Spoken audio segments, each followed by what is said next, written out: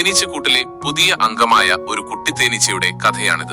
ആദ്യമായി ജോലിയിൽ പ്രവേശിച്ച അവനോട് മുതിർന്ന തേനീച്ചകൾ പറയുന്നത് ഒരു വലിയ മധുരക്കൂട് നിറയെ തേൻ ശേഖരിക്കാനാണ്. മറ്റു തേനീച്ചകളെല്ലാം തേൻ തേടി പോയപ്പോൾ നമ്മുടെ കുട്ടി തേനീച്ച പണി വേഗത്തിൽ തീർക്കാൻ ഒരു വിദ്യ ആലോചിച്ചു. അവൻ തേൻ കൊണ്ട് ചെറിയ ഉണ്ടകൾ ഉണ്ടാക്കി മധുരക്കൂടിന്റെ ദ്വാരമടക്കാൻ നോക്കി. പക്ഷേ ആ ശ്രമം പരാജയപ്പെടുകയും തേൻ മുഴുവൻ സൂപ്പർവൈസറുടെ ദേഹത്താവുകയും ചെയ്തു.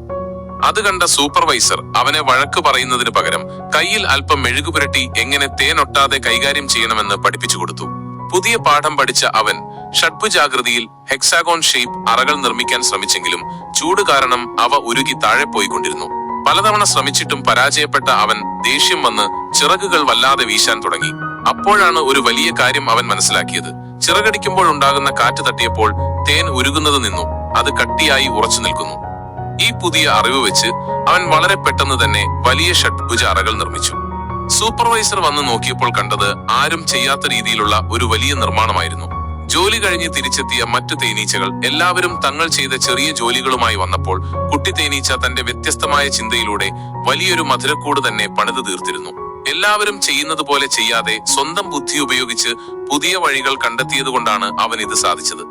അതുകൊണ്ട് കൂട്ടുകാരെ, എപ്പോഴും വ്യത്യസ്തരായിരിക്കുക, പുതിയ കാര്യങ്ങൾ ചിന്തിക്കുക.